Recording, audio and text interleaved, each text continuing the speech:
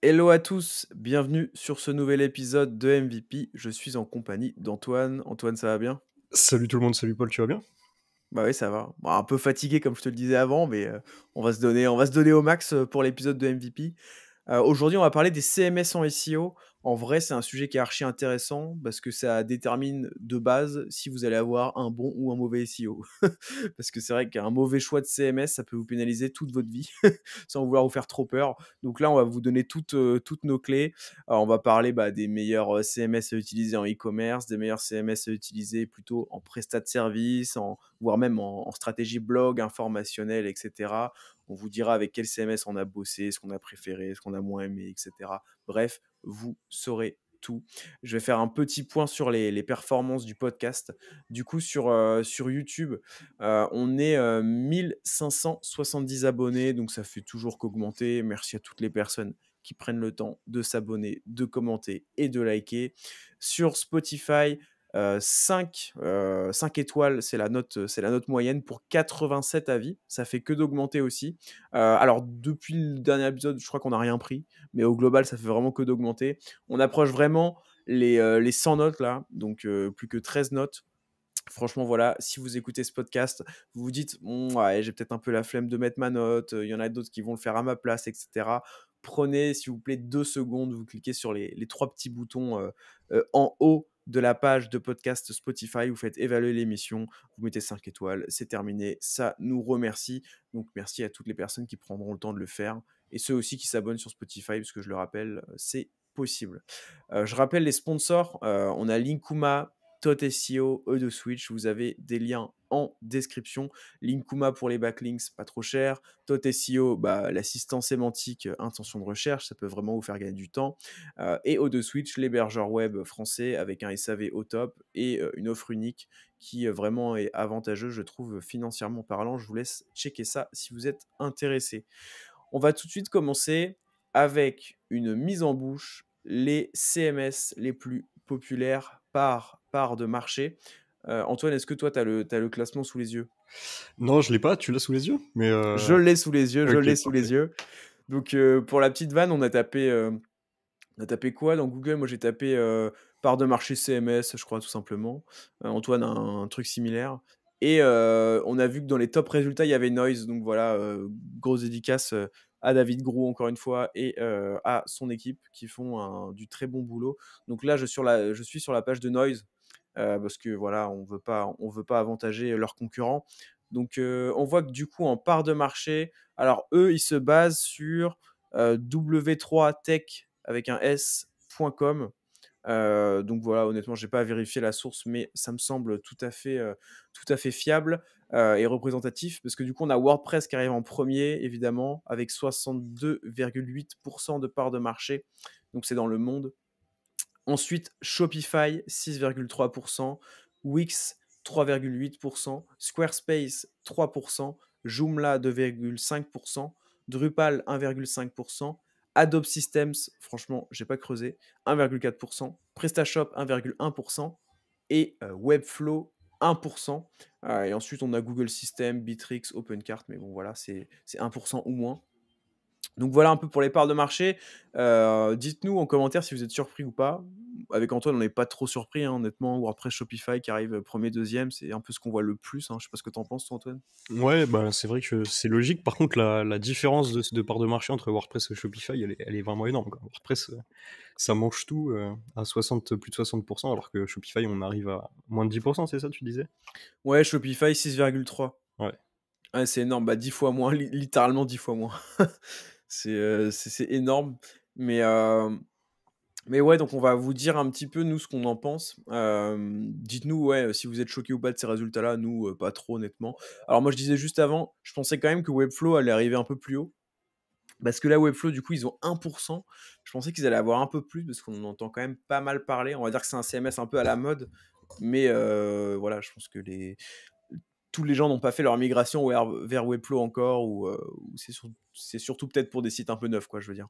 Mais ouais, 1%, je m'attendais à plus, honnêtement. À part ça, ça me paraît tout à fait normal. Alors déjà, peut-être avant de classer les CMS, comment est-ce qu'on différencie un bon d'un mauvais CMS pour le SEO, toi Antoine, ce serait quoi les top critères que tu retiendrais d'un bon CMS, quoi? En gros, moi je dirais déjà la faisabilité, en termes d'UX, de modification, parce qu'en fait, il y a beaucoup de CMS où on va être bloqué, qui sont très bien, d'ailleurs on en reparlera, je vais pas donner des noms tout de suite et tout, mais en gros, dès qu'on veut rajouter une section, bah, c'est pas possible parce qu'en fait, c'est pas des builders. Donc Mmh. ça déjà, c'est ce qui fait la différence avec un WordPress, par exemple Elementor, Divi et Webflow. 2e critère pour moi, c'est le fait que le CMS il soit stable. Typiquement, un WooCommerce, qui est donc WordPress version e-commerce, n'est pas aussi stable qu'un Shopify. Genre, ça va sauter, les images elles vont être moins quali, enfin, dans le sens où c'est un peu le bordel, WooCommerce. Ouais. Donc c'est pour ça que je verrai un peu les deux côtés. D'ailleurs, finalement, ça va pas très bien ensemble, parce que plus le CMS il va être carré, on va pas pouvoir tout modifier, et plus il va être stable, il va bien tourner, etc. Donc ouais, pour moi, c'est les deux. Moi, en tout cas, ce seraient mes deux critères de sélection. OK, ouais. Moi, j'avais ajouté aussi, tout ce qui est, bah, niveau de personnalisation, SEO. Donc bon, souvent, on peut personnaliser les bases du SEO, hein, modifier son title, sa métadescription. C'est commun à peu près tous les CMS.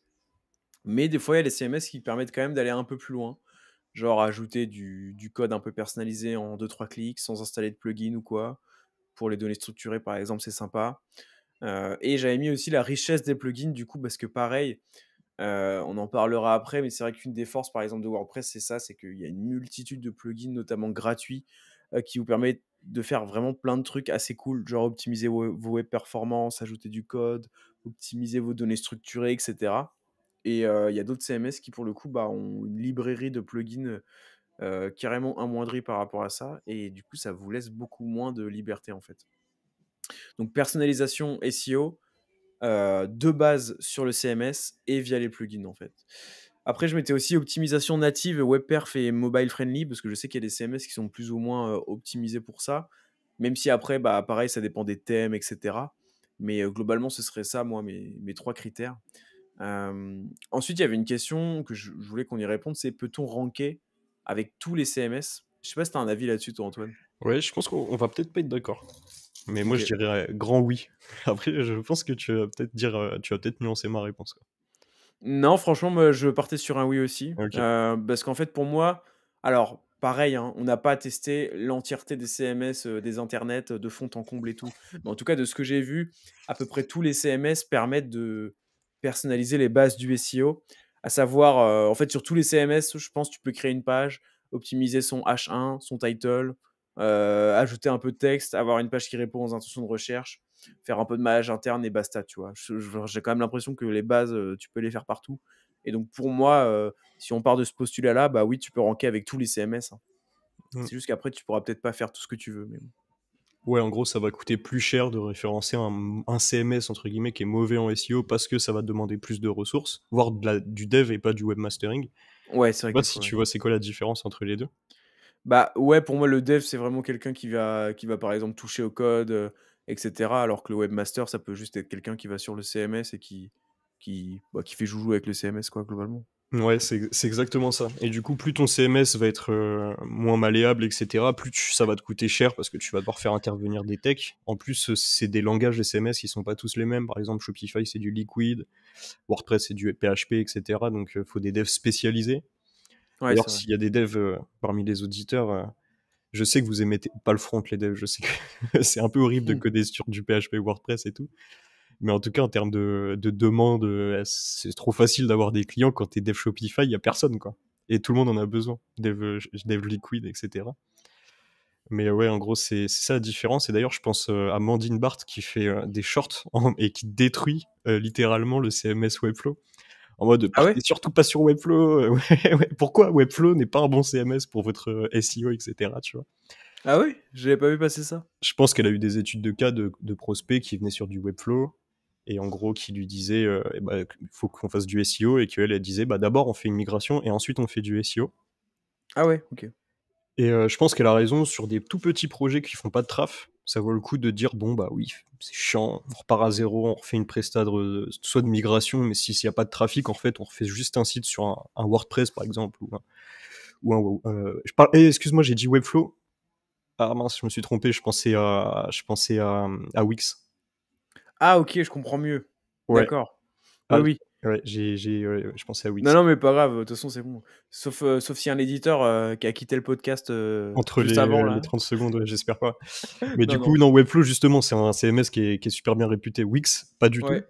Et du coup, Ouais. admettons qu'il y a quelqu'un qui vient vous voir avec un site Wix qui fait déjà beaucoup de trafic, avec tout un travail derrière sur plusieurs années, etc. Moi, je ne lui recommanderais pas de faire une migration ou même de refaire un site.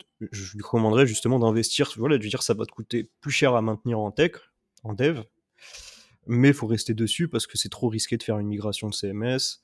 On peut faire du SEO comme sur un Wix, comme sur un WordPress.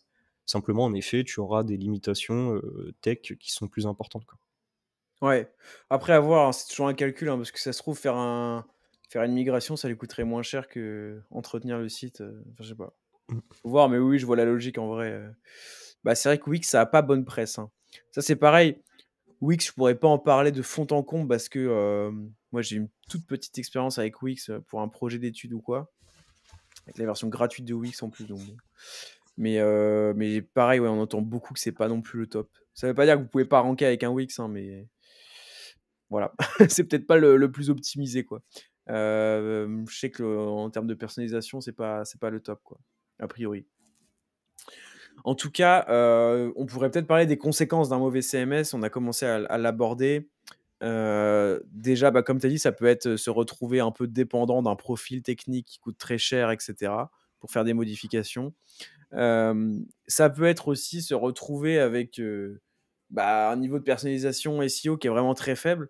Donc, je sais pas, créer plein de pages, mais au final, des pages où tu peux pas, personnaliser tes données structurées et cetera, sans faire appel à un dev. Bon, ça peut être problématique. Ça peut être aussi, je sais pas, des CMS qui, n'ont pas les fonctionnalités SEO de base, genre, un sitemap, genre modification du title et cetera. Auquel cas là, ça peut être un vrai carnage. Mais en gros, c'est ça, c'est avoir un site avec un SEO, amoindri. Vous ferez tout comme les autres, mais moins bien parce que, vous pourrez aller moins loin tout simplement. Pour moi, enfin, c'est vraiment ça que je vois. Je sais pas si tu en vois d'autres toi, Antoine?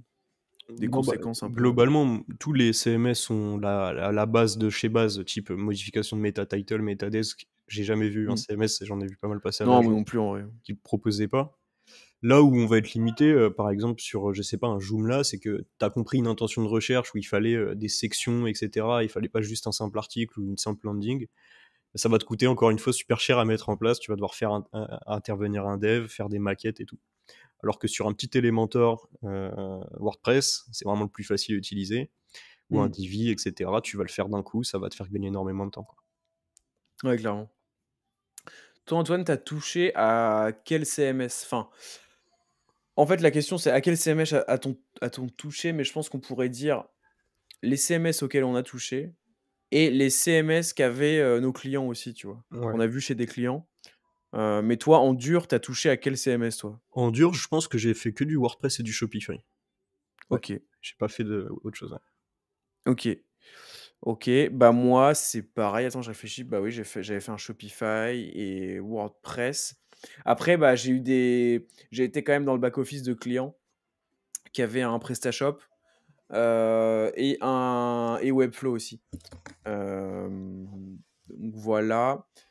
En Et client, sinon, de quoi? je dis en client, par contre, oui, je pense que je les ai quasiment tous vus passer. Joomla, PrestaShop. PrestaShop, on en reparlera peut-être, ça marche très très fort en e-commerce. Pardon, en SEO.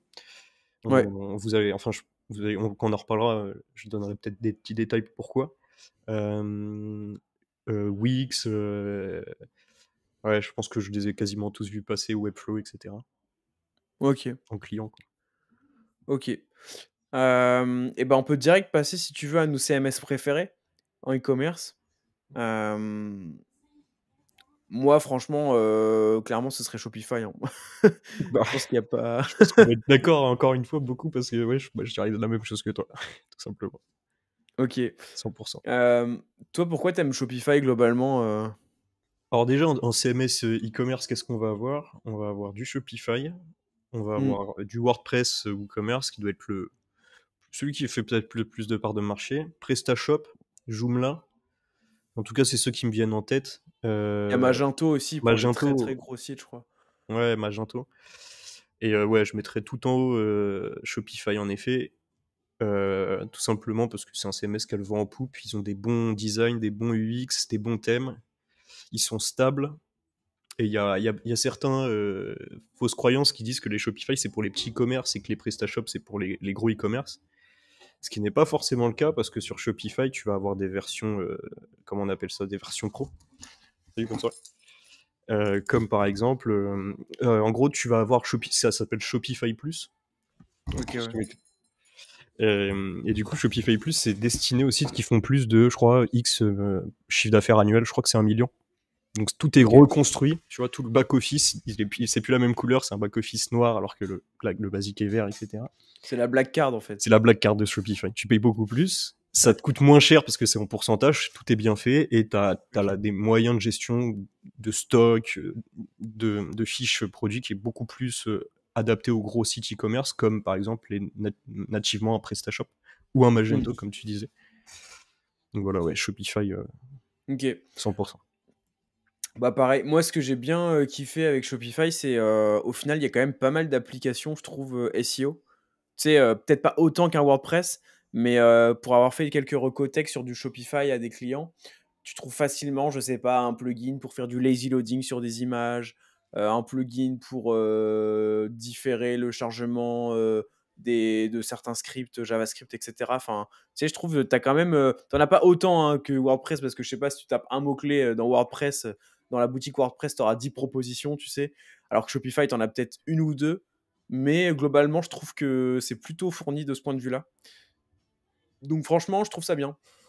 Parce que tu peux personnaliser facilement. Alors moi, il y a quand même un problème que j'ai sur plusieurs Shopify, enfin que j'ai dû... Mais c'était peut-être par rapport au thème aussi. C'est que plusieurs fois, si tu as plusieurs pages collection qui référencent plusieurs fiches produits, bah en fait, la fiche produit, elle prend le pattern d'URL de la page collection, tu sais, d'où elle est maillée. Je Ouais. sais pas si tu as déjà eu ça. Alors, je suis pas sûr de comprendre. Du coup, ça fait Bah, genre, tu as une slash page, collection. regarde, par exemple, tu as un produit, tu as une fiche produit, c'est la spiruline en poudre. Elle est maillée à la fois depuis la page collection, donc comprendre page catégorie, hein, la page catégorie, nos meilleures ventes et aussi depuis la page catégorie, nos solutions naturelles, tu vois? J'en sais rien, nos compléments alimentaires Ok, donc naturels. tu as deux URL différentes. Ouais, en fait, du coup, c'est ça, c'est que ça donne 2 URL différentes. C'est-à-dire que si tu vas sur la page Nos meilleures ventes et que tu cliques sur spiruline, bah, au final, tu vas arriver sur une page qui va être nomdedomaine.fr/nos meilleures ventes/spiruline en poudre. Et Hmm. pareil, si tu le fais depuis complément alimentaire naturel, bah pareil, ndd.fr/complément alimentaire naturel Ok. slash Donc la solution, c'est spiruline en quoi? poudre. C'est une canonique sur chaque. C'est vrai que c'est chiant, hein. Sur chaque page produit vers la Non, page principale. Non. au final, je crois que j'en avais discuté avec, un profil technique en interne là chez le client et il y avait une solution. Alors je sais plus, faudrait que je le retrouve, mais je crois qu'il y avait un article spécifique qui disait comment faire et cetera et qu'au final, on avait réussi à supprimer ces liens-là. D'ailleurs attends, je vais checker en live, mais je crois qu'on les avait supprimés. Ok. Et bref, c'était un problème, je l'ai eu 2 fois sur 2 Shopify. Alors je sais pas si c'est commun à Ah tout oui, le je monde. pense que à mon avis, ça c'est commun à Shopify. D'ailleurs, sur Shopify, en attendant que tu cherches l'info, faut Mmh. savoir qu'il y a énormément de. Je crois que c'est des canoniques pour le coup sur les catégories. Et vous inquiétez pas, c'est pas un problème. Il y a plusieurs URL par catégorie, etc. Mais tout est canonisé nativement. Mais c'est un peu le bordel, Ouais. les URL sur Shopify. Même au niveau des collections. Parce que ouais, sur Shopify, ça s'appelle, je crois, des collections. Sur WordPress, c'est catégories. Ça, c'est marrant Ouais. à chaque fois que tu dis quelqu'un qui est sur WordPress, tu parles de collection, on comprend pas. Ouais, ouais, bah, ouais, ouais. Non, non, mais voilà. Bon, j'ai pas retrouvé j'ai pas la doc sous les yeux là, mais en tout cas, j'ai checké sur mon client, on avait bien réussi à le supprimer. Et j'avais redemandé à ce client-là, je lui avais dit, ouais, j'ai un nouveau client, il a le même problème. Est-ce que tu peux me redonner la solution qu'on avait trouvée et tout? Parce que, ouais, voilà. Mais bon, à part ça, franchement, top CMS. En plus d'un point de vue prix, bah, je trouve que c'est pas mal hein, au final, hein. Bon, Enfin, c'est le plus cher, hein, par contre, hein, Shopify. ah ouais? Mais attends. Ouais, Shopify, en fait, tu vas payer au chiffre d'affaires, plus de base, plus tous les plugins. Ça coûte super cher les plugins Shopify comparé aux plugins WordPress. Oui, ah oui, alors les plugins, oui, ça je veux bien te croire, ouais. Donc ouais, Shopify, c'est super et tout, mais bon, voilà, ça se rémunère très bien, quoi. Ça se rémunère très bien. Ah ouais, effectivement. Je vois là. Ça se rémunère au chiffre d'affaires, un pourcentage chiffre d'affaires fixe. les plugins. Plus du fixe, ouais. Mais attends, c'était pas un peu moins cher avant, quand même? Bon, ça fait longtemps que c'est cher, hein, pour travailler Ah sur un ouais, OK. Shopify. Moi, j'étais, Je sais pas pas pourquoi très j'avais loin. l'image pas chère de Shopify alors. Ah Je sais non. pas. OK. Bon bah, n'y allez pas, voilà. Non, mais parfois, il vaut On mieux payer il un faut les peu faire plus, couler. et avoir un truc quali, quoi. Ouais. Non, non, c'est clair. OK, OK. Ah, attends, parce que là, j'ai cliqué sur un truc, Spotify, ça m'a lancé une musique de concentration dans les oreilles, c'était un peu chelou, là. J'étais pas trop prêt. Hem, donc ouais, nos CMS préférés en e-com, bah, clairement, ouais, Shopify, hein. Après moi, PrestaShop, enfin, c'est un peu le bazar, honnêtement, pour, être rentré dans le back office d'un PrestaShop, c'est un peu le bazar, mais ça va. Sur les bases du SEO, je trouve qu'ils sont bons, tu vois? Bah, pareil, modifier title, méta description et tout, je veux dire, ça se fait bien. Après, dès que tu veux faire des trucs un peu plus complexes, j'ai l'impression que c'est un peu plus limité en termes de plugins et tout, hein, mais bon. J'avais réussi à avoir de très bons résultats SEO, sur un client pareil, en PrestaShop, ça s'est très bien passé, mais clairement Shopify, on le mettra en premier, hein. Ouais, je sais pas si on a prévu de reparler de Presta pendant la suite du podcast ou, ou pas Bah, trop? non, si tu des trucs à dire, en vrai, Ouais. on peut le faire, hein. Bah, en vrai, PrestaShop, moi, il y a un truc qui me choque, c'est que quasiment tous les prospects qui viennent de PrestaShop, ils ont des grosses courbes de trafic SEMrush. Je sais pas si tu remarqué ça aussi? Pourquoi? Mmh, Parce qu'en fait, la plupart des PrestaShop qui existent encore aujourd'hui, c'est des sites qui ont au moins 10 ans, parce que c'était le gros ECMS e-commerce avant Shopify, en fait, ouais, qui se sont maintenus dans le temps, parce que forcément, s'il faut encore du SEO, c'est-à-dire que ça tourne toujours. Et vraiment, en tout cas, PrestaShop, je le mettrais très haut dans le classement des CMS e-commerce, parce que je sais que ça se référence bien. Ça se référence très bien. Et à chaque fois qu'on travaille sur des PrestaShop à l'agence, on a toujours un tech. Parce que c'est tellement des gros OK. sites qu'ils ont du budget et c'est tellement chiant en termes de webmastering. Et en gros, il y a 50% des tâches que tu peux pas faire depuis le back-office PrestaShop que tu as le tech dans la boucle, tu vois. Ce qui n'est pas Mmh, le cas forcément pour un Shopify parce que bah, ouais, tu peux quand même, je pense sur Shopify, en gros, tu fais 80% des tâches techniques SEO depuis le back-office. Alors que sur un PrestaShop, tu vas être peut-être un peu en dessous des 50%, quoi. OK. OK, OK. Hem, Toi, ce serait quoi tes CMS préférés en informationnel lead gen? Bon, moi, je pense, je connais déjà ta réponse, mais Bah, on sera sur un petit WordPress, hein. allez. Bah, moi, pareil, hein. Hem, Après, quand même, moi, je sais que je m'étais dit en ayant bossé pour un client sur Webflow, que si je devais refaire mon site, je le referais peut-être sur Webflow. Parce que d'un point de vue design, c'est quand même, une petite dinguerie, je trouve. Je trouve que c'est très, très sympa et sur les bases du SEO, ils sont très bons aussi.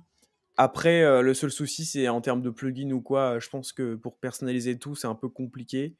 Mais franchement, ils se défendent très, très bien. Enfin, moi, j'avais vraiment bien kiffé mon expérience sur Webflow, j'optimisais mes petits titles et tout se passait bien, hein. Il y avait vraiment pas de problème. Puis, bah, le système un peu drag and drop, très facile, tout ça, franchement, on apprécie. Mais, toi, tu as déjà fait le back office, dans Webflow ou pas? Bah, pas moi personnellement, mais à l'agence, on en fait et du coup, je regarde, je suis curieux. J'ai Ouais, aussi travaillé avec, des agences, Webflow en direct, donc en fait, je vais donner le nom parce qu'ils sont premiers sur agence Webflow et c'est des mecs, de ma promo qui ont créé ça, ça s'appelle Digidop. Très bonne OK, agence Webflow et en fait, Webflow, en effet, ça fait des sites très quali, très rapides quand c'est bien fait. En termes de design, ça tue tout. Pourquoi? Parce qu'en fait, déjà, le back-office Webflow, si tu veux travailler directement sur Webflow, il ressemble beaucoup à Figma ou à Adobe XD à l'époque, même si ça n'existe plus. Donc en gros, mmh, ça ressemble comme si tu étais c'est plus un travail de designer qu'un travail de SEO ou de dev, etc. Tu vois. Ça ressemble beaucoup à Figma. Et au-delà de ça, c'est que tu peux vraiment connecter Figma au back-office Webflow. Et en fait, qu'est-ce qui OK, se passe quand tu crées un site, genre en mode tu crées un gros site d'une grosse marque et tout, c'est que tu as un designer qui va faire ta maquette sur Figma, puis un développeur ou un intégrateur qui va faire le site, par exemple sur WordPress. Et là, du coup, Webflow permet de faire travailler le designer sur le site. Bien sûr, il y a toujours la partie tech, SEO, etc. Mais du coup, c'est souvent pour ça aussi qu'on dit que les sites Webflow sont très stylés. Parce qu'en fait, c'est pensé avant tout pour faire travailler des designers, quoi. Donc, je sais pas si tu as déjà utilisé, si t'as déjà fait des maquettes sur Figma. Je sais que toi, tu me disais que le design, c'était pas trop ton truc. Mais bah, regarde mes sites. ouais, Tu mais en bon. penses quoi du design? Bah, après, mine de rien, Paul Vengeon, on s'en souvient, hein. Bah oui, bah, à peu près, ouais. Non, non, mais je veux dire, bah, moi, j'ai jamais fait, je crois, de maquette sur Figma en vrai. Ou peut-être en projet de classe, tu vois, un truc comme ça, mais ça devait pas être moi qui m'en occupais, je pense. Mais ouais, je vois ce que tu veux dire du coup. Mais je savais pas que ça pouvait se connecter directement, tu vois. Tu m'as donné une info que, honnêtement, j'avais pas. Mais, euh, mais ouais, non, super intéressant. Du coup, ouais, bah, je pense que ce serait ça, hein, WordPress, suivi de Webflow. Et puis, bah, tout ce qui est Wix, Squarespace, je pense qu'on oublie un peu. Alors d'ailleurs, ouais, ça, bon, ça n'engage que moi. Et ça n'engage que ce que j'ai entendu. J'ai pas testé de fond en comble. Mais moi, les deux CMS vraiment qui reviennent le plus quand je pense à CMS pourri pour le SEO, c'est Squarespace et Wix. Je sais pas pourquoi, ils se font tailler de partout. Moi, Joomla, j'aime pas non plus. Ah ouais? Ok. Après, je connais pas du tout Joomla. C'est mauvais signe, hein. De toute façon, il y a un truc qui marche avec tout, que ce soit les CMS, les outils, etc. C'est que plus l'outil ou le CMS a de part de marché, et naturellement, plus il est quali, parce que plus il y a de la R&D dessus, de fond, etc. Tu Ouais, ouais, clairement. Mais bon, bah du coup, voilà, hein. Webflow, WordPress, je pense qu'on est sur des bonnes bases assez solides pour de la lead gen ou de l'informationnel. Meilleur CMS rapport qualité-prix en e-com, pour toi, ce serait quoi parmi tous? Parce que du coup, moi, je comptais dire Shopify, mais au final, on s'est rendu compte que, enfin, je me suis rendu compte que non. Donc, enfin, que Bah, c'était à pas. part si la qualité est vraiment très très haute, moi je pense que je peux maintenir Shopify parce que, ok, tu payes un peu plus, mais c'est tellement tellement quali, je trouve. Moi, j'irais Ouais, sur Shopify sur le rapport qualité-prix. Après, si tu veux ok. vraiment être en mode rat, bah, ça serait du WooCommerce pour moi, du coup. WooCommerce, Ouais, oui, bah oui, c'est vrai que c'est la solution. c'est la solution gratuite qui te permettra de tout faire. Mais par contre, tu auras Bah, un site qui sera moins stable. j'avais j'avais rencontré un dropshipper SEO de Twitter au Canada. Et il me disait que comme il faisait plusieurs sites, genre lui il lançait vraiment un site par jour, et ben il faisait full WooCommerce pour faire des économies d'échelle en fait. Mm. Je crois que Et le moins cher, c'est WooCommerce Divi parce que Divi, t'as licence illimitée en builder. Ce qui n'est pas le cas pour Elementor. en vrai, je suis sûr qu'il faisait ça. Ça m'étonnerait pas qu'il était avec Divi pour avoir la solution vraiment la moins chère du game, quoi. Mais ça me faisait marrer parce que moi, quand je pensais à dropshipper, je pensais direct à Shopify justement. Mais non, du coup, il était là-dessus pour faire des économies d'échelle. Il a bien raison. Donc, ouais. Ouais, ouais. C'est vrai que du coup, meilleur rapport qualité-prix, bah, Shopify si vous voulez de la qualité, ou commerce si vraiment vous voulez juste le prix le moins cher, quoi. À savoir 0 €. Pour l'informationnel, le meilleur rapport qualité-prix pour toi, c'est quoi?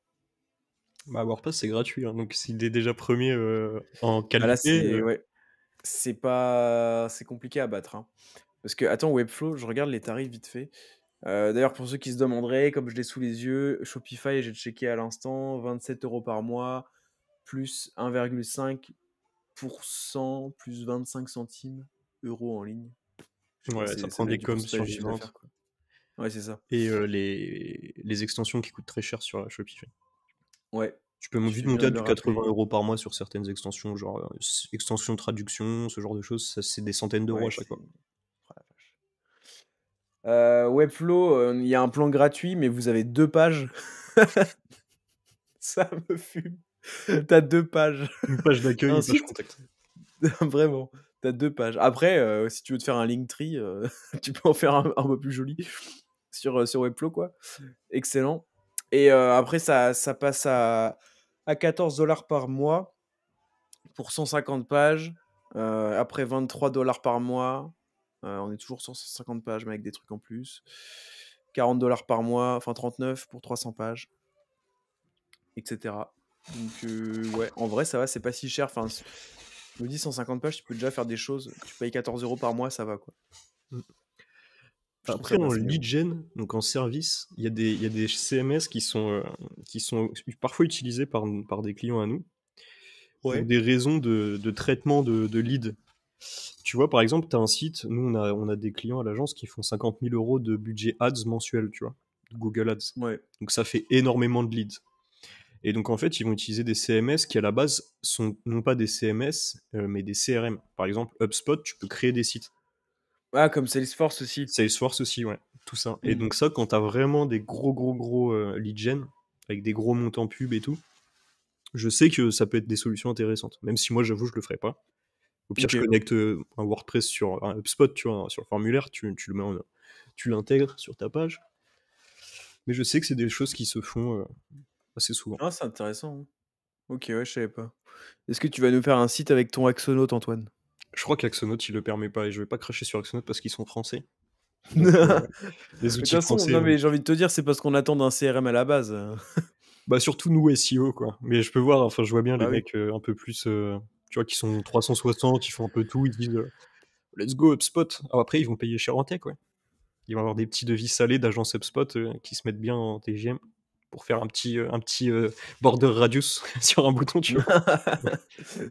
Vas-y, on fait une reconversion, on se met là-dedans. On fait des border radius. Agence, agence border radius HubSpot, premier. TJM, 4 000 euros. Ah, le C'est parti. 10%, ouais, non, Non, là, c'est bon. Non, mais vas-y, on va lancer des business, Antoine.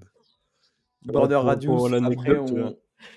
là, on a un client malheureusement qui fait 50 000 euros d'ads par mois, donc plus c'est gros et plus ils veulent les premiers, les plus gros. On peut pas on leur recommander des freelances et tout, ils veulent l'agence, leader et tout, tu vois.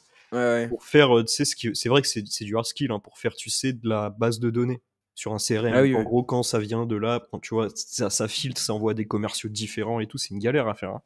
Hmm. 10 000 euros le devis. Ça me fait trop mal. Je me dis, purée, on pourrait se former et le faire pour 3 000 euros, je suis sûr, mais bon, tu vois, quand t'es sur des gros projets Ouais. comme ça, tu dois les envoyer au plus gros. Bah ouais, ouais. Donc agence Border Radius, HubSpot, je pense qu'il y a un vrai marché, quoi. Sortez l'exact match domain. On veut le voir dans les SERP dans pas longtemps. Hmm. Non, mais ouais, excellent. Antoine, toi, je sais que tu es un expert en thème. Pas Non, vraiment. mais tu t'y connais un peu plus que moi quand même. Parce que moi, c'est vrai que tout ça, je vous avoue que bon, je veux vite créer une page avec un title optimisé. Moi, c'est pas tout ce qu'il y a avant, ça me gave. Non, mais est-ce que tu aurais des tips pour les auditeurs pour choisir un bon thème, alors que ça soit sur WordPress, peut-être Shopify aussi. Bah encore une fois, on va être d'accord, mais en gros, moi je conseillerais de partir sur un builder.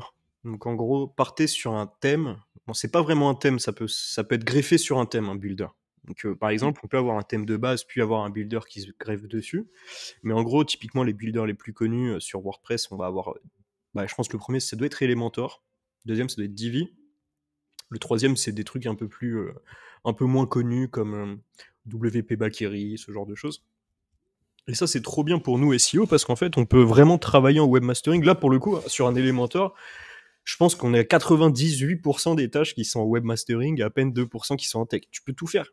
C'est Ouais. très très rare d'avoir une tâche que tu peux pas faire sur un builder. Et donc, vu que l'intention de recherche en SEO est super importante, bah, c'est ça qu'il vous faut en fait.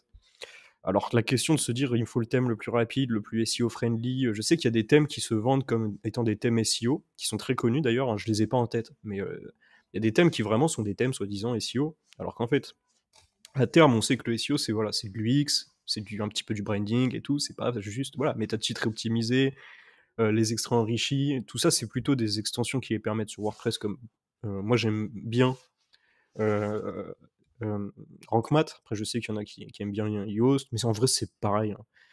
Pas beaucoup de différence. Donc, ouais, j'aurais tendance à dire builder. Je sais que sur Shopify, il y a des builders. Alors, pareil, sur Shopify, tu vas payer en plus, parce que sur Shopify, ah oui, on n'en a pas parlé, mais tu as des thèmes mensuels, comme par exemple le plus gros builder. Il y en a pas mal sur Shopify. C'est pareil, tu rajoutes 100 euros par mois en plus pour 90, pour 9000 pages. Ça me fume en me disant qu'au début du podcast, j'étais en mode ouais, Shopify, ça reste pas trop cher. Non, Pas du tout en Shopify, fait. tu payes à chaque. C'est un peu comme. On les adore, hein. D'ailleurs, s'ils passent par là, peut-être qu'un jour on interviewera quelqu'un de chez eux, mais un peu comme SEMrush, quoi. Qui porte dans le nom Rush. Tu vois, c'est vraiment cher ce Comme truc. SEMrush. C'est trop Rush, SEMrush. Non, ils abusent. À chaque fois que tu rajoutes un site, tu dois payer. À chaque fois que tu rajoutes un utilisateur, tu dois payer. Bah, c'est pareil, Shopify. Tu rajoutes n'importe quoi, tu payes, quoi. Business, mon gars. Bah, ouais. Mm. Mais ouais. D'ailleurs, WordPress, il y a un modèle économique derrière ou pas? Je sais même pas si La c'est une question, associa la question, la question existentielle qui pop. je sais même Mais pas si c'est attends, une entreprise, vraiment, derrière WordPress, tu vois? J'ai est-ce que l'impression ce que c'est serait un pas une association caritative au final? c'est, comment il Bah s'appelle si, je le pense. fondateur de Bitcoin déjà? C'est comment il s'appelle le mec qui a fait les bitcoins là? Ouais. C'est pas Satomaki, un truc comme ça? Voilà, c'est lui qui a créé WordPress il y a 15 ans, quoi. Il a fait un cadeau à Mais l'humanité.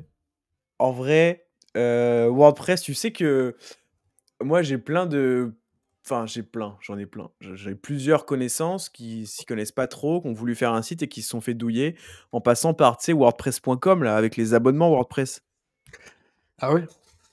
Mais oui, tu as jamais fait l'erreur de moi mon premier site, Je je crois l'avais fait pas. sur wordpress.com, hein. Non, j'ai dû suivre un tuto, pour le brancher directement depuis le back office, donc non. Bah ouais, mais parce que regarde, attends, je te reprends wordpress.com, plan et tarifs, personnel, 4 € par mois, premium 8 €, ensuite 25, 45 et en gros, par exemple celui, allez, on va dire à 8 €, domaine gratuit pendant 1 an, des thèmes, enfin en fait du coup tu es obligé de payer quoi, voilà. Et tu gères, tu pas besoin d'installer WordPress en fait, c'est la version cloud un peu de WordPress quoi. Enfin, les experts me contrediront peut-être en commentaire, mais en tout cas c'est la version payante quoi. Donc écoute, je sais pas Je l'ai vu comment ils passer font ce leur truc-là, business, mais très si c'est que bizarre. ça. De quoi? Je l'ai vu passer en effet, bah, si en commentaire vous savez, En plus c'est naze, ouais, hein. ouais, c'est Enfin, tu un niveau de personnalisation qui est vraiment nul et tout, hein, je crois. OK. Ah bizarre. Mais ouais, ouais. Bah, moi, tu vois, j'ai un pote, il s'est fait avoir. J'ai un ancien, commercial, qui était à l'agence, pareil, qui avait voulu sortir un site sur les montres et tout. Il s'est fait avoir comme ça aussi et moi pareil, hein, j'ai voulu sortir mon premier site de dev perso, là, je l'avais sorti là-dessus. Alors moi, je crois que j'avais pas encore payé, du coup, j'avais pu annuler le truc et après j'ai compris qu'il fallait que j'aille sur wordpress.org et pas wordpress.com. Et du coup, après, bah, j'ai fait le truc classique, hébergeur, installé en un clic, là, machin, sur OVH, même de Switch, ça marche très bien. Enfin, le truc classique, mais de base, je savais pas. Et je me disais, mais attends, mais c'est horrible à installer WordPress.org. Enfin, si tu le fais vraiment manuellement, c'est chiant, tu vois. C'est des fichiers à mettre sur ton ordi et tout. Bref, j'avais pas compris, quoi. Mais du coup, je pense que c'est ça leur business model, hein, parce que sinon, je vois pas ce que c'est. Mais il Ouais, doit y non, avoir mais beaucoup de gens qui payent ça, hein, je il y a pense, hein. 0 business model. Typiquement, là, j'ai tapé, société WordPress, ça s'appelle Automatic. Ensuite, je suis allé sur Google, j'ai marqué Automatic société cours, rien qui sort. Crois-moi, tu mets cours Shopify, tu une courbe, au Nasdaq ou je sais pas quoi, hein, ça a rien à voir, quoi. Je pense que vraiment WordPress, c'est un truc, en mode, voilà, ils se sont dit, enfin, peut-être qu'ils l'ont diffusé avant de penser business model et ils l'ont laissé courir, tu vois? Je sais pas, ouais. Mmh. Chiffre d'affaires, WordPress. En En tout cas, ouais, France, WordPress, je pense que ça reste quand même mmh, en tout cas, en termes de part de marché, ça fonctionne bien leur stratégie. ouais, tu m'étonnes. Ouais, je sais pas. Mais bon, je serais curieux de voir combien ils font de chiffres avec leur version .com là. Enfin bref, hem, comment réussir son changement de CMS en SEO? Moi j'avais quelques trucs que je voulais te dire. Parce qu'en fait, si aujourd'hui vous avez un CMS, pas ouf et que vous voulez changer, vous pouvez le faire. Après, comme on l'a dit avec Antoine, faut voir à quel point vous êtes installé ou pas. Mais, enfin combien de pages et cetera, depuis combien de temps, quel résultat SEO. C'est toujours en fonction de ça qu'il faut regarder. Mais normalement, en théorie, si vous le faites bien, bah, c'est pas censé impacter votre SEO, hein. Parce que si simplement, ça recrée les mêmes URL, bah, du coup, il y a pas de problème. S'il y a un changement d'URL, il faut juste faire des redirections 301, des anciennes URL vers les nouvelles. Mais à part ça, si vous gardez le même contenu et cetera, la même opti web perf globalement, il y a pas de raison que votre SEO, chute complètement, quoi. Donc en fait, c'est juste ça, c'est si besoin, faites un plan de redirection. Assurez-vous d'avoir les mêmes contenus, les mêmes balises qu'avant, et les mêmes performances, la même accessibilité des URL et normalement, il y a pas de problème, quoi. Mais vraiment, si vous deviez retenir une chose, c'est si mes URL changent, même si vous changez de nom de domaine au passage, hein, d'ailleurs, faites une redirection 301, des redirections 301 en fait, des anciennes vers à chaque fois les nouvelles URL, quoi. C'est vraiment le truc à retenir. Et puis voilà, hein. Voilà. Je rappelle que l'épisode est sponsorisé par 3 marques, qu'on met en avant. On a Linkuma, pour les backlinks, donc vous avez un lien en description. Tot SEO, l'outil sémantique / intention de recherche, lien en description. Et O2Switch, j'en ai parlé, un petit peu là juste avant. Hébergeur web, français au top. Vous avez aussi un lien en description. Et si vous êtes encore là à 40 minutes 30 de podcast, n'hésitez pas à nous mettre un petit commentaire, que ce soit sur Spotify ou YouTube. Ça nous fera grandement plaisir et ça aidera au référencement de la vidéo. On va maintenant, je pense, passer aux questions. Qu'est-ce que tu en penses, Antoine? Allons-y, hein. Vas-y, on essaie de les faire en mode combini, parce qu'en vrai, ça va être assez vite. Ça va être assez rapide. WooCommerce, donc question de @rapide2006. WooCommerce versus Shopify, pour interrogation. J'ai l'impression que les Shopify ont un boost. Alors Antoine, qu'en penses-tu? Le boost, je pense pas qu'il y ait un boost, comme on le disait, tous les CMS peuvent être référencés. Par contre, ouais, moi j'aurais tendance à vous répondre Shopify pour les e-commerce, pour cette notion d'UX long terme, quelque chose qui saute pas. Je sais pas si, Bah, après un WooCommerce, je pense que ça peut être intéressant sur vraiment si tu as un monoproduit, tu vois? Tu as un ouais, pourquoi pas, ouais. monoproduit, tu veux vraiment faire des très jolies pages et tout, bah tu fais WooCommerce plus Divi. T'as pas 80 000 fiches produits qui peuvent sauter ou laquelle. Mais sinon, dès que tu commences à vraiment avoir un e-commerce, Shopify direct. Ouais. Moi, j'allais dire, le peu de fois où j'ai vu des WooCommerce, c'était moche, hein. Je suis désolé, mais ça fait vraiment vieux site un peu, avec tu sais, une image de produit énorme là, enfin, je sais pas comment dire, mais bref, après, bon, voilà. Heu, Quel est le meilleur thème Shopify payant gratuit pour le SEO? Question de Pink Hat SEO. Est-ce que toi, tu as une reco en termes Pour de thème ou pas? Shopify, Ouais, de pour gratuit ou en payant. thème payant, c'est ça? Gratuit ou payant, ouais, pour le SEO. Alors attends, je vais essayer de te retrouver le nom de ce que. Alors attends, en- meilleur thème un- Shopify. Non, non, non, non. C'est en fait, je mets justement, tu sais, je mets Builder Shopify, thème Builder OK, ouais. Shopify. Il y a un truc qui s'appelle Fly quelque chose, mais en gros, l'idée, c'est d'avoir justement des thèmes qui vous permettent, voilà, ça s'appelle Pagefly. Je sais il a bonne presse, par contre, il est très cher. Mais en gros, OK. j'aurais tendance à vous dire partir sur un builder. Par contre, les Shopify, alors autant WordPress, c'est la norme. Elementor, Divi, ce genre de choses. Sur Shopify, il y a beaucoup moins de builders. Mais c'est possible en fait de partir sur un builder et c'est quand même très cool, hein. Donc en gros, vous faites du drag and drop sur Shopify, quoi. Comme sur un OK. Elementor. Et Pagefly, je sais que c'est une des références. Et ça coûte très cher, Pagefly. Je vais vous donner les prix. 24 $ par mois pour 5 published slots. Donc je pense que c'est des nombres de pages limités. OK. Ah oui. Et ouais, clairement, par contre, c'est très très cher, quoi. OK. OK. Bah, merci pour la reco. Hem, @I'mNotLux qui me demande ton avis sur PrestaShop. Bon, du coup, je l'ai déjà un peu donné. Moi, j'ai bossé sur un PrestaShop, ça s'est vraiment bien passé. Donc mon avis, c'est qu'on peut faire les bases du SEO très, très bien. Je l'ai vérifié. Title, mettre description, maillage interne, ajouter du contenu, optimiser sa structure à chaîne, voilà quoi, les bases, ça roule quoi. Donc voilà, j'ai pas creusé de fond en comble, mais voilà. Un peu le bordel, ceci dit, par contre. Un peu le bazar, je trouve, un peu une usine à gaz, le back office, mais bon. Ça le fait. Donc quel CMS utiliser pour de bons résultats en SEO et pourquoi WordPress? Donc question très rigolote de Serge, Mahugnon. Mahugnon, je sais pas comment ça se prononce. Donc voilà, franchement, bah, en vrai, il a raison, hein. Parce que enfin, quel CMS utiliser pour de bons résultats en SEO? Pourquoi WordPress? C'est vrai que moi, je recommanderais toujours WordPress parce que c'est celui que je connais le plus. C'est celui où je sais qu'on peut personnaliser à fond. En plus, c'est gratuit. Franchement, qu'est-ce que vous voulez de plus, quoi? Ouais. C'est un peu le truc, C'est donc super ouais. bien lu par Google. On sait que Ouais, Google, ouais, voilà, comme il a 60% de ses sites à crawler qui sont sur du WordPress, donc on sait qu'il n'y aura pas de problème d'indexation, etc. c'est ça.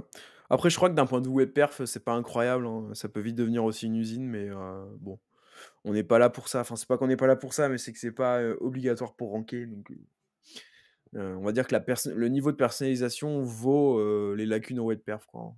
Enfin, en tout cas pour nous. Après, Euh, je sais pas si tu Est-ce que connais tu conseilles. Gutenberg. Je sais pas s'il y a pas une question sur Gutenberg, en vrai, ça serait intéressant. C'est le truc de base, ça, non? Ouais, c'est le builder WordPress de base, sans Hmm. mettre de thème et tout, tu vois. J'ai pas de questions dessus. Mais si tu veux apporter un truc, Bah, hésite en pas. gros, si vous voulez vraiment faire le haut de gamme WordPress, c'est vous prenez un WordPress, donc vous vous connectez sur justement l'hébergeur, par exemple de Switch, téléchargez WordPress, bam, vous arrivez sur votre page d'accueil, la petite page d'accueil de base avec WordPress, je crois qu'il y a un petit oiseau. Et là, au lieu de télécharger Elementor, vous allez construire votre site depuis Gutenberg, qui est vraiment le builder de base, qui est très galère à utiliser. C'est quand même un drag and drop, hein, c'est un peu en mode Elementor, beaucoup moins facile à utiliser et qui va nécessiter beaucoup plus de code. Et donc ça va vous Mhm. coûter beaucoup plus cher. C'est toujours ce rapport un petit peu code versus webmastering. Et par contre, c'est ce qui va vous permettre d'avoir les meilleures web performances, puisqu'en fait, vous n'avez pas un thème qui pèse, vous avez juste du natif WordPress. Et donc ça, c'est le truc que moi je recommanderais sur, en gros, la strat. Vraiment, j'ai budget limité et je vais faire un truc max quali. Mais moi, je sais que typiquement, pour mon budget, même pour SEO Monkey et tout, je resterai sur un 18 élémentaire, tu vois. Ok, ok, ok. Très stylé. Euh, Alors, @Guillaume-LNG, est-ce que tu conseilles de gérer les balises schema markup via des plugins ou directement via du code dans WordPress? Si option 1, lesquels? Bah, moi, en fait, je gère ça via un plugin. Donc, je vais te le donner du coup. Je l'avais déjà donné dans des vidéos, mais Toutes j'essaie les de le schémas depuis le retrouver. même plugin ou un plugin par schéma? Non, toutes les schémas depuis le même plugin, moi, je fais. Enfin, moi, c'est ça, c'est Schema and Structured Data for WP and AMP, il s'appelle. Mais en fait, c'est juste un encart où vous copiez-collez votre donnée structurée dedans et vous le faites pour chaque page. Mais du coup, moi, c'est ça que j'aime bien, c'est juste ça permet de mettre du code dans le head, en fait, hein, tout simplement, hein. C'est littéralement juste ça. Donc après, j'imagine qu'on peut faire sans, hein. Moi, c'est parce que je suis attaché à cette solution-là, que je l'ai installée, que maintenant j'ai ça à chaque fois que je modifie une page et que je le fais comme ça et que je trouve ça très, très, très cool. Et après, bah, je les génère soit avec ChatGPT, soit avec technicalseo.com, je crois. Ça fait longtemps que j'ai pas utilisé, honnêtement. Ouais, technicalseo.com, qui ont un truc exprès pour générer des données structurées dans SEO Tools. Ok. Bref. Là-dessus, du coup, j'ai une question. Est-ce que du coup, c'est juste des schémas pages? Genre, par exemple, cette page est une page boutique ou quoi? Ou c'est des schémas sections? Genre, ici, il y a des avis, ici, il y a une FAQ? Bah, en fait, tu mets ce que tu veux. Moi, par exemple, ce que je mets beaucoup, c'est les aggregate rating, en fait, pour avoir les avis dans les SERP. Ouais, mais tu le mets sur ta head ou sur ta section avec les étoiles en mode vraiment tu cliques sur Elementor, section étoile, ici j'ajoute. Non, non, c'est vraiment ça se met dans le head, en fait. Ça se met dans le head, ouais. C'est marrant parce que du coup tu peux, avec par exemple euh, RankMath, tu peux mettre des schémas directement sur une section. Par exemple, tu peux mettre ici schéma, enfin section accordéon schéma, pardon, section Ouais. FAQ schéma, et ça va te faire directement une section avec des questions-réponses qui sera en schéma FAQ, tu vois. Ok, stylé. Mais ça te les fout dans le head au final, non? J'avoue, je sais pas. Parce Je... que normalement, je crois que toutes les données structurées, c'est vraiment dans le head. Mais Ok. de mémoire, hein. À vérifier. Mais peut-être que du coup, ça te fait gagner du temps en mode tu cliques et ça te le met tout seul. Bah, c'est surtout que je me dis Google il arrive mieux à les lire parce que toi, du coup, tu mets dans le head. Dans cette page, il y a des avis, alors que là, ça te met cette section avis. C'est un schéma. Ouais, je vois ce que tu veux dire. Mais à voir comment ça a fait, parce que moi, de mémoire, il fallait que ce soit dans le head, les trucs. Donc je sais pas comment ça te les met, en fait. Faudrait voir. Ok. En vrai, sinon, tu m'envoies. Je serais chaud que tu m'envoies un exemple de page où t'as fait ça, comme ça je regarde. Juste pour comprendre dans le head, donc ok, par exemple, je vais te prendre le schéma FAQ. Mmh. Ça va te mettre les questions et les réponses ou ça va juste te dire ici dans cette page, il y a une FAQ? Ou ça te Non, met ça te met voilà, les les réponses, ça te met tous les items, ouais. ça te met tous les items, OK, donc ouais, je pense que c'est plus quali enfin c'est la même chose, en fait, je pense que ça se traduit de la même façon. Ouais, à mon avis, mon intuition, c'est que ton tool, ça te permet juste d'aller plus vite en mode tu sélectionnes ta section et ça te la traduit tout de suite en JSON LD, enfin, en données structurées dans le head, alors que moi, je vais devoir le faire «manuellement» entre guillemets, le générer, et le copier-coller. Mmh. Mais je pense qu'à la fin, on obtient à peu près la même chose. Mais OK, mais c'est intéressant. Mais ouais, en tout cas, moi, j'utilise celui-ci. Donc il est gratuit évidemment, sinon je l'utiliserais pas. Hem, On avait une question sur les CMS headless en SEO. Pour être franc, c'est pas un sujet, qu'on maîtrise à 100 donc en fait, on va juste pas traiter la question, mais grosse dédicace à toi, @Kylian Lemoal. Hem, il y avait une question, tu sais, sur les CMS en dehors de WordPress, qui ont pas de base de données. Je sais pas si toi ça te parle ou pas forcément, Antoine? Les CMS en dehors de WordPress qui n'ont pas de base de données, Ouais. c'est-à-dire? Franchement, je comprends pas. Bah, écoute, c'est @epilef99999 qui nous demande: «Quel CMS autre que WordPress?» Point d'interrogation, si possible en ODB, entre parenthèses, sans base de données. Donc moi je t'avoue que c'est pas un sujet que je maîtrise donc voilà. Ouais, moi non plus. Je sais OK. que typiquement, inversement, quand tu veux faire du SEO avec de la base de données, par exemple, un annuaire, tu vois? Un annuaire, c'est quoi en fait? C'est une base de données. Par exemple, ici, tu as tous tes, bah, si tu prends Doctolib, tu as toute la base de données avec tous les docteurs et pour chaque docteur, tu par exemple, tu peux scraper, Google Maps. Tu vois? Ça te fait, numéro de téléphone, c'est vraiment une base de données et là, pour le coup, tu dois traduire ta base de données, tu peux pas la traduire, en CMS. Donc c'est Mmh. généralement, ce qui est utilisé, ça peut être du React Native, ça peut être, du React, JS, Node.js, tout ça.